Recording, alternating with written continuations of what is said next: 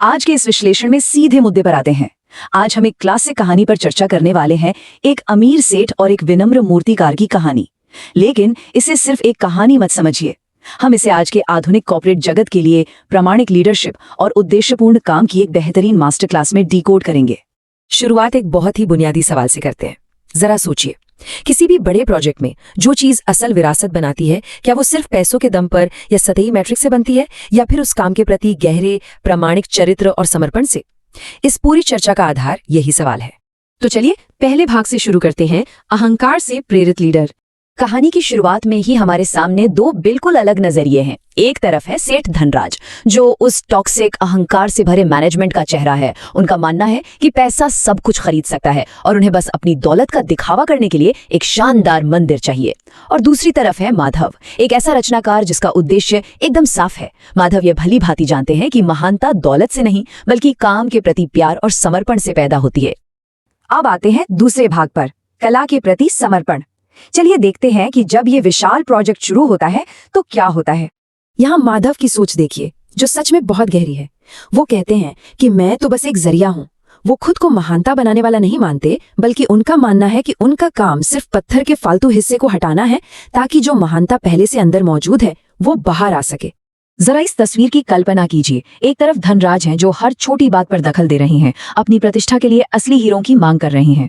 वहीं दूसरी तरफ माधव पूरी तरह से अपने काम में डूबे हुए हैं। बस छेनी की वो लयबद्ध चोट, पसीने से लथपथ होकर निरंतर जाप, और उनका पूरा ध्यान सोने चांदी पर नहीं, बल्कि मिट्टी और पत्थर की सादगी पर है। ये होता है अपने काम के असली उद्देश्य से गहराई से जुड़ना। तीसरा भाग, मूल्यों का टकराव। अब आती है वो बहुप्रतीक्षित उद्घाटन की रात। यहाँ कॉर्पोरेट विजन का एक क्लासिक मिसमैच होता है। धनराज की उम्मीदें अपनी पीआर और इमेज पर टिकी थीं। उन्हें अपने अहंकार को संतुष्ट करने के लिए एक सख्त मूर्ति चाहिए थी। लेकिन माधव ने क्या दिया? उन्होंने सादगी और भाव पर आधारित एक ऐसी मास्टरपीस दी जिसमें कोई दिखावा नहीं था, बस करुणा और शांति थी। ये अहंकार और असल सब्सटेंस के बीच की बहुत बड़ी टक्कर थी। जब धनराज को लगता है कि उनकी बेइज्जती हुई है, तो वो गुस्से में माधव को सबके सामने नौकरी से निकाल देते हैं।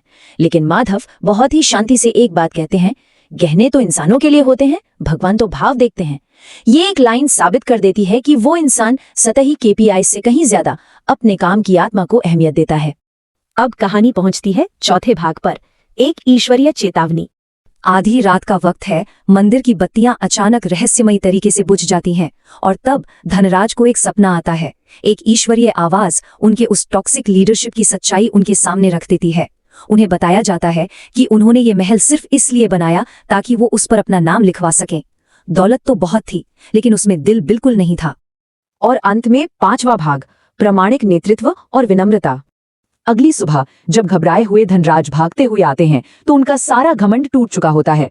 वो देखते हैं कि माधव खुशी से रोते हुए सुबह की धूप में महज मिट्टी से एक चमकदार मूर्ति बना रहे हैं। ये देखकर धनराज उस विनम्र मूर्तिकार के चरणों में गिर जाते हैं। उन्हें समझ आ जाता है कि वो तो सिर्फ एक निर्जीव पत्थर में कीमत ढूंढ रहे थे, जबकि माधव ने अपने शुद्ध और अहंकार रहित इरादे से असली कीमत पैदा कर दी थी। ये सब हमें इस पूरी चर्चा के सबसे गहरे कंसेप्ट तक लाता है, भाव। आधुनिक लीडरशिप के संदर्भ में इसे समझना बहुत जरूरी है।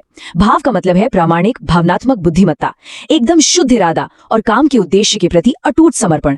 ये वो अल्टीमेट मेट्रिक है जिसे दुनिया की कोई भी वित्तीय पूंजी कभी नहीं खरीद सकती। तो इस कहानी से एक मॉडर्न लीडर के लिए क्या टेकअवेज निकलते हैं? एक सच्ची विरासत बनाने के लिए दिखावे से ज्यादा काम की असलियत पर ध्यान देना चाहिए। अपने अहंकार को हटाना चाहिए, बिल्कुल वैसे ही जैसे माधव ने पत्थर से फालतू हिस्सों को हटाया था, क्योंकि महानता वही होती है जहां अहंकार शून्य होता है। और सबसे अहम बात, उन लोगों को सशक्त बनाना चाहिए जो सच्चे समर्पण के साथ काम करते हैं।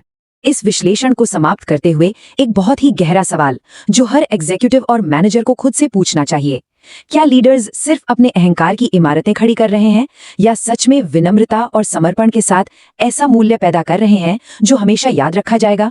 गहराई से सोचने के लिए ये एक शानदार विषय